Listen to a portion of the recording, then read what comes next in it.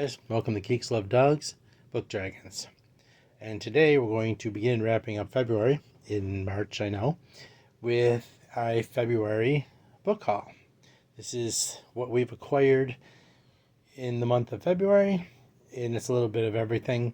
So I'd like to share it with you, and let's get started. We have Black Light Born by Alexander Darwin. This is the third book in the Combat Code series.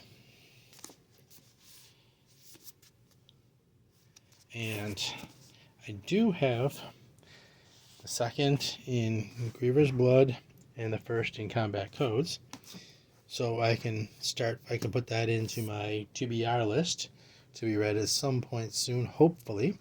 Alexander Darwin, lucky as he is, got my money twice because I bought these on ebook originally, and then he got traditionally published, and I bought them again in this form. So he was an independent author who got picked up by a publisher, in this case Orbit Books, and good for him. But now I own two sets of his books, and hopefully I'll get to one of them before too long. Next up, we have 13 and 9, the story of a game, a season, and a team that never quit by Chris Peak. This is actually a story of the 2007 Pittsburgh Panthers and the trials and tribulations they went through that year before having a amazing game to keep their rival from going to the national championship game. I am a fan, and I thought I'd check it out, give it a read, see if I liked it. I also did just finish up picking up. This is the last book in my room as a dungeon rest stop. It's the last book in that series, so if you're gonna pick it up, finish collecting it, and then read it at some point in the rest of my life, it's who knows. But there it is. It's finished now. I did pick up Hidden Pictures by Jason Rekulak. I know there's a kind of a back and forth on whether this is actually a good book or not, but the concept fascinated me and I really wanted to check it out, so I thought I'd pick it up and see if it was any good. Take a look at the back. Mallory Quinn is fresh out of rehab when she takes a job babysitting Ted and Caroline Maxwell's 5-year-old son Teddy. She immediately bonds with a sweet boy who is never without his sketchbook. His drawings are the usual fare, trees, rabbits, balloons, but one day he draws something different, a man dragging a woman's lifeless body. Then his stick figures evolve into increasingly sophisticated sketches, depicting one disturbing scene after another. Is Teddy troubled, or is he channeling the forces he cannot possibly understand? Knowing just how crazy it all sounds, Mallory must decipher the images and save Teddy before it's too late. Sounded good. I like a good horror. But it's also cool because it's got the kids' drawings in it. So kind of adds a little, mixed media to it. And I'm kind of looking forward to checking it out and seeing if it is any good on my own. You have to excuse me. I seem to have a bit of a frog in my throat today. So if I have to stop to be able to speak, I apologize. I also did, speaking of horror, pick up the Ring series. This is a Barnes & Noble exclusive edition. If you remember The Ring, the movies, they were popular for a while. This is the original books by Koji Suzuki. I like the covers on, the cover on these exclusive edition. It's done like an old school videotape, which makes sense considering. And if you look, it's like static in the text block.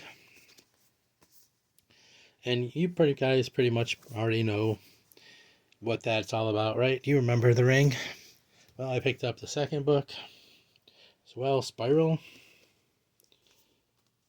which is a sequel to the Ring story. Picked up the third book, which is Loop, and I didn't call it The Loop this time, so points for me. The Final Truth About the Ring. But is it? Is it the final truth? Because we have a book 4, which I think is actually a prequel book, but it's short stories around the ring. It's called Birthday. But we'll find out. and book 5, which I believe is just called S. So we're going to find out. Hopefully I'll get to these. I'm going to put them in my TBR game for the next month, and we'll see if it comes up. Well, at least the first one. I'm not going to start at the end. All right, then I picked up some murder mysteries, and I picked up a few of them. This is the first one. This is one that kind of inspired me. These are by Sue Henry. They're Alaskan mysteries. I think they're what's the name of the series? Alex Jensen, I believe. In any case, I got the first one. The first one caught my attention because of the Huskies, and I'm a Husky lover. I have 3. I'm a dog lover in general.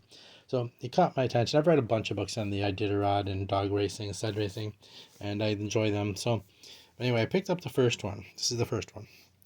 And I thought I'd grab a few more just, because to get, a few of the series, even though they aren't all about dog racing.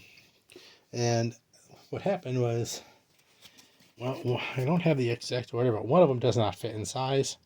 Death Takes Passage. It's one of her Alaskan mysteries. It's part of the same series, but it does not fit the other books. Here we have Sleeping Lady, Alex Jensen mystery. A Frozen Wilderness Holds the Promise of Spring, and The Secret of Murder. So this will probably just drive me crazy because they don't match sizes. And this is Termination Dust. Alaska is a great place to visit, but a bad place to die. What's a good place to die? So those, I got the first 4. I know those are the first 4. I don't have the exact order. My bad. Unprepared. Punish me. Alright, I felt guilty, so I looked them up. Murder on Iditarod Trail is the first one. Termination Dust is the second one. Sleeping Lady is the third one. And Death Takes a Passage is the fourth one. So that would be the proper order. 1, 2, 3, and the one that doesn't fit, 4. Next up, we have Austral by Paul McCauley. This is sci-fi, and this is kind of accidental, or maybe, but this is interesting. You'll see what I mean. Austral is a husky, an edited person adapted to the unforgiving climate of the Antarctic Peninsula, feared and despised by most of the population. Yes, it's about a girl who's been edited with husky DNA.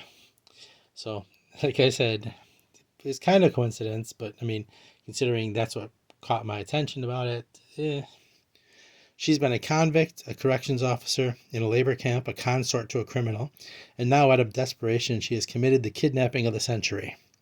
But before she can collect the ransom and make a new life elsewhere, she must find a place of safety in a landscape altered by climate change and evade a criminal gang that has its own plans for the teenage girl she's taken hostage. And she has a story to tell you. So the concept fascinated me. I had to check it out again. Husky caught my attention. So take it as it is. Austral. All right. Then another sci-fi. Under the Skin by Michael Faber. This is kind of I guess it's sci-fi, but I guess there's some horror element to it. Israeli cruises the roads of the Scottish Highlands, sizing up male hitchhikers. She is looking for beefy specimens with big muscles. Ugh. She herself is tiny, like a kid peering up over the steering wheel. Hey, it's like my wife. And wears the thickest corrective lenses anyone has ever seen. That's not. Scarred and awkward, yet strangely erotic and threatening, she is a remarkable and unforgettable character. Her hitchhikers are a mixed bunch. Trailer trash and traveling postgraduates, thugs and philosophers. As she drives them deeper and deeper into the mysterious splendors of the Scottish wilds, they open up to her, revealing a complex and varied picture of life on Earth. But Iserly is listening for other clues about who might miss them if they should disappear. If she decides they're worth the risk, she takes them farther than they ever dreamed of going. But takes them where? What we see on the surface is as terrifying a yet moving novel is deceiving. Michael Faber takes us on a heart-thumping ride through dangerous territory, our own moral instincts, and the outer boundaries of compassion. Under the Skin is grotesque and comical allegory, a surreal representation of contemporary society rung amok. It announces the arrival of an exciting talent. So yeah, it's supposed to be, they said, sci-fi, maybe horror-ish, so horror in any case. So next up, sorry, another sci-fi, but it's Lake of Darkness by Adam Roberts. Sorry, between my voice giving out and my neighbor being excessively noisy bringing their garbage bins back, I had to pause. Okay, so Lake of Darkness by Adam Roberts. I heard a lot about this from a couple of sci-fi booktubers, so I want to check it out. Not going to read the back, because the more interesting blurb on the story is on the inside cover. Good is a construct, evil is a virus.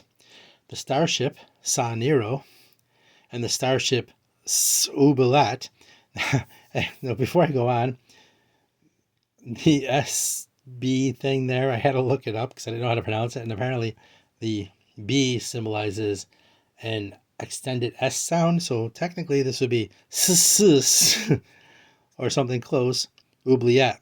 Again, my German's not great, but it's something along that lines.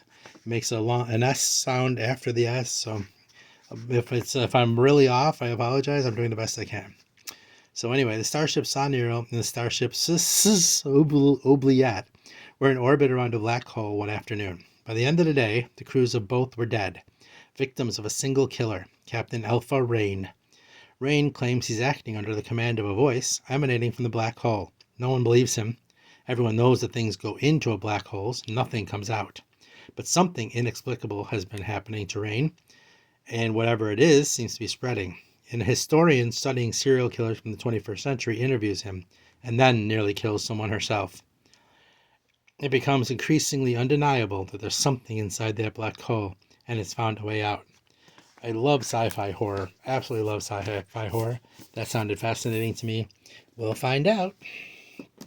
And finally and lastly, the second book in the What If series. In this case, what if Wanda Maximoff and Peter Parker were siblings? So Scarlet Witch and Spider-Man, if you don't know. So Shauna McGuire, she does a lot of kind of fantasy-ish, sci-fi-ish books. She's pretty well known. I'm screwing that up totally, but if you know Shauna McGuire, she's a pretty big name out there and as authors go. So interesting take for an interesting author to be doing this Marvel novel, but we'll see what happens. This is the second one in the series, of the What If series. I've got the first one, so I thought I'd pick up the second one when it went on sale. I found it on sale, and we'll have to see if it's any good. In any case, I'm all over the place today. All right.